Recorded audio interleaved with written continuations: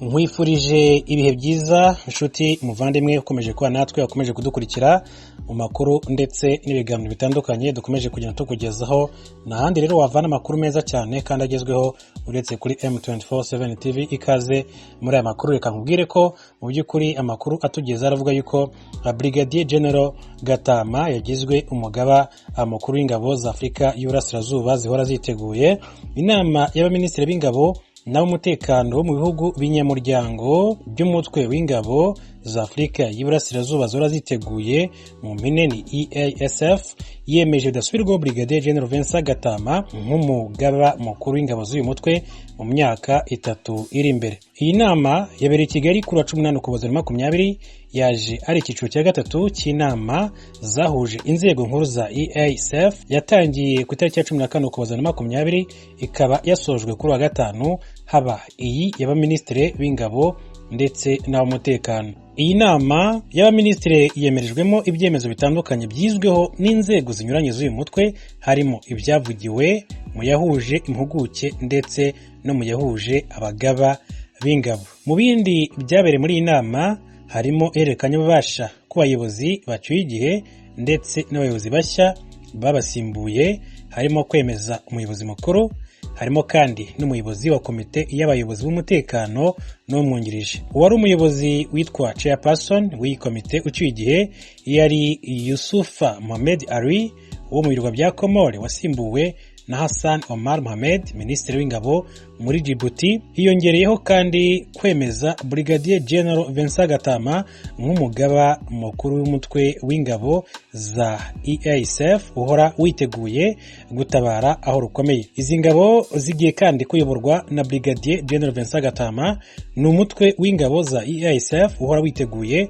gutabara aho rukomeye, ukaba ufite birindiro Addis Ababa muri Ethiopia. Muri rusange EASF ikaba ifite ingabo ziteguye zishamikiye ku bihugu binyamuryango, ubusanzwe zari 6,000 wariyongereye bagera 7,000 nyuma y'uko Sudani yongeyemo abayo. Umuyobozi wa EASF Brigadier General Getshu Shifero Faisa yavuze ko bari kurushaho kubaka rero uyu mutwe ndetse no kongerera imbaraga kugira ngo ibibazo by'umutekano muke mu karere babashe kurushaho kubihashya kuruta uko byari bisanzwe.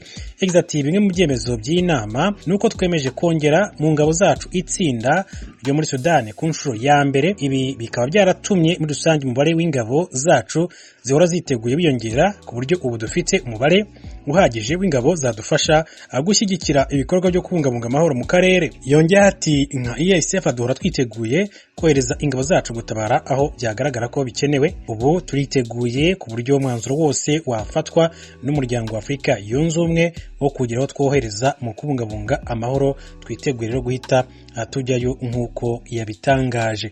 Minisitiri w'ingabo w'u Rwanda Major General Albert Murasira yavuze ko hari intambwe nziza imaze guterwa n'urwego, ariko avuga ko hakiri byinshi cyane bigikenewe gushyirwamo imbaraga ndetse no kwitabwaho. Yagize ati nubwo dutewe umwete n'ingufu zikomeje gushyirwa mu gisirikare, amahoro mu karere turacyahangayikishijwe n'amakimbirane n'umutekano muke bikomeza kugaragara mu karere kacu. Ibitero by'iterabwoba, ibitero byambukiranya imipaka, icuruzwa ry'abantu n'ibiyobyabwenge, itundwa ry'intwaro mu buryo butemewe ndetse ni bimwe mu bikibereye imbogamizi amahoro mu karere kacu. Yongeye ati ndizera ko nidukomeza gukorera hamwe tugahuza imbaraga tuzabasha kugera ku musaruro mwiza mu gukumira, gukemura no kwirinda amakimbirane atari muri Afurika y'Iburasirazuba gusa ahubwo n'ahandi. Brigadier General Vincent Gatama agizwe mugaba w'uyu mutwe yabaye umuyobozi wa division ya 2 y'ingabo z'igihugu cy'u Rwanda mu ntara y'Amajyaruguru ndetse yabaye n'umuyobozi mu nzego za RDF ku cyicaro gikuru. Muri 2017 nibwo yayoboye umutwe ugizwe n'abanyarwanda barimo abasirikare, abapolisi n'abasivili bagiye mu myitozo yari yateguwe na EASF muri Sudani. EASF kandi yatangiye ku itariki ya 16 Nyakanga 2004, ukaba ari umwe mu mitwe 5 igize ingabo za Afurika zihora ziteguye African Standby Force, zigizwe n'abasirikare, abapolisi ndetse n'abasivili, aho kimwe mu byo bashinzwe ari uguhangana n'ibikorwa bihungabanya umutekano. Ibi byiciro byose bihora byiteguye kugira ngo bitabare byihuse mu gihe gikwiye hagendewe ku mabwiriza agena gutabara aho rukomeye mu bikorwa byo gushyigikira amahoro mu karere. EASF ikaba igizwe n'ibihugu 10 birimo u Burundi, Comores, Djibouti, Ethiopia, Kenya, u Rwanda, Seychelles, Somalia, Sudan na Uganda. Kuva muri Mata 2013 Repubulika ya Sudani y'Epfo yitabira ibikorwa by'uyu muryango n'indorerezi ikaba izagirwa umunyamuryango mu bihe biri imbere. Reka rero dukomeze n'andi makuru avugwa hirya no hino. Amakuru avugwa hirya no hino cyatanguriye mu gihugu ca Nigeria, aho abanyeshuri bari bamaze indwi baragizwe imbohe bakiriwe nyuma yuko barekuwe. Inkuru twateguriwe na Fidel Nyongabo. Abo banyeshuri barenga 300 bari banyurujwe mu ndwi iheze mu gitero cakozwe ku ishuri bigako. Bashitse ku mugwa mukuru wa leta ya Katsina mu birori byo guhimbazire kugwa ryabo. Abo bana banyurujwe mu ijoro ryo ku itariki 11 y'ukwezi kwa11 k'uyu mwaka ku ishuri ya leta yigako abahungu bonyene mu gisagara ca Kankara muri leta ya Katsina iri mu buraruko bushira uburengero bwa Nigeria. Abo banyeshuri bashitse ku mugwa mukuru wa leta ya Katsina uno musi kuwa gatanu bakigwa na buramatari Aminu Bello Masari. Benshi muri abo bana byibonekeza ko bari barushe, bari bacambaye impuzu zabo z'ishure, bamwe bifutse uburengeti. Buramatari Masari yari yatangajije kugwa ry'abo banyeshuri 344 ku munsi wa kane. Yabwiye itorokanizo ry'amakuru ry'abanyamerika Associated Press ko atangwati yarishwe kugira barekugwe. Avuga ko abo bana bazosuzumwa n'abaganga imbere yuko basubirana n'imiryango yabo. Urakoze Fidel. Abimukira barahuye n'ingaruka zikiza ca corona, bararwaye, baratakaje imirimo baheze mu bihugu bagiyemo. Ishami rya ONU yita ku bimukira rivuga ko nabo bategerezwa gushirwa mu bazohabwa urukingo rwa COVID-19, indwara iterwa n'iyo virus. Inkuru ya Eugene Mukankuzi. Umuyobozi mukuru w'ishami rya ONU ryita ku bimukira OIM Antonio Vitorino yabivuze kuri itariki ya 18 y'ukwezi kwa 12 umunsi mpuzamahanga wahariwe abimukira. Ni igihe cyo kwibuka uruhare rwabo mu bihugu bagiye guturamo n'uburenganzira bwabo bwo gushaka ubuzima burushijeho kuba bwiza nk'uko OIM ibivuga. Umuyobozi w'uyu muryango avuga ko abimukira bagomba kubarwa mu bazahabwa urukingo rwa COVID-19 muri gahunda z'ibihugu babamo. Mu gihe bimwe mu bihugu bikize byemeje inkingo za COVID-19 kandi zatangiye guhabwa abaturage babyo, Vitorino avuga ko abimukira batagombye gusigazwa inyuma. Icyorezo cya virusi ya corona cyakoze ku bantu ku isi hose barimo n'abimukira benshi. Ku isi hose hari miliyoni zigera kuri 272 z'abimukira. Hafi ya kabiri cyabo n'abagore. ONU ifata umwimukira nk'umuntu wese wahinduye igihugu nta kureba impamvu. Cyakora benshi nabo bagiye gushaka imibereho irushijeho kuba myiza mu bijyanye n'ubukungu. OIM ivuga ko Ubuhinde aribwo bufite abantu benshi baba mu bindi bihugu nk'abimukira, bagize miliyoni zirenga 17. Amerika ikomeje kuba igihugu cya mbere abimukira bajyamo, ituwe n'abimukira barenga miliyoni 50.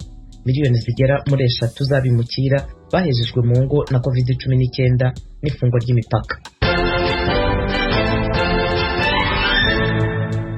Muri kumurabandanya kumviza iradiyo ijwi y'Amerika isamirana i Washington DC mu Kirundi no mu Kinyarwanda. Mu kanya amakuru yo mu karere ka Afrika ibiyaga binini.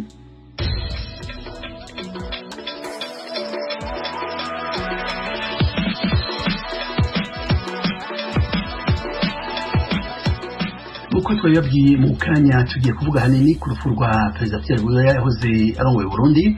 Mugenzi wacu Pierre Claver Nyonkuru aduciye ku mayange y'ubuzima bwiwe. Urupfu giturumbuka rwa Pierre Buyoya yahoze atwara Burundi rwamenyekanye mu ijoro ryo kuri uyu wa kane. Umwe mu bagize umuryango wiwe yemeje inkuru y'urupfu rwiwe, avuga ko yaguye i Paris mu Bufaransa aho yaregiye kwivuriza. Isoko ry'amakuru y'ijwi ry'Amerika rivuga ko Perezida Buyoya yari amaze indwi yose agwariye i Bamako ku mugwa mukuru w'igihugu ca Mali. Aho niho yari yagiye gusarukira ishami ry'ubumwe bwa Afrika hamwe no mu karere ka Sahel kuva mu mwaka wa 2012. Umwe mu bamwegereye banakoranye ibikorwa bya politike yavuze ko Perezida Buyoya azize nduguriye twamugina ingwara y'igisukari, diabete ikabije, yunyuwe n'indwara yamufashe bukwi na bukwi, des complications diabétiques avancées aggravées par notre maladie, uko niko yabivuze ndugaye twamugina.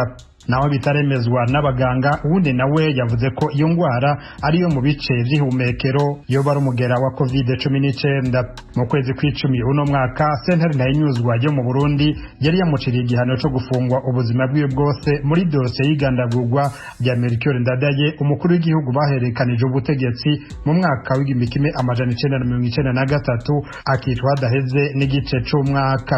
Muri urwo rubanza ubutungane bw'u Burundi bwamwagirije cyo kimwe n'abandi basirikare b'intwazangabo bari kumwe ku butegetsi muri ico gihe ko yagize uruhara muri urwo rupfu rwa perezida Ndadaye. Vyatumye mu kwezi guheze kwa 11 Petero Buyoya atanga imihoho mu kibanza yarimwo nk'userukira ishami ry'ubumwe bwa Afrika muri Mali n'akarere ka Sahel. Mwijwe igiwe rya nyuma kuri radio Ijwi rya Amerika, perezida Buyoya yavuze ko abikoze kugira ngo aronke umwanya ukwiye wo gukurikirana iyo dossier. À mon âme et conscience, j'ai jugé préférable de me libérer de ces responsabilités afin d'avoir umushaka kwigenga mu byanje nshira umwanya munene muri dosiye yacafuje izina ryanje naho nubundi atazobura inzitizi ariko nshaka kubivanga n'akazi kuko no hava ndagakora nabi.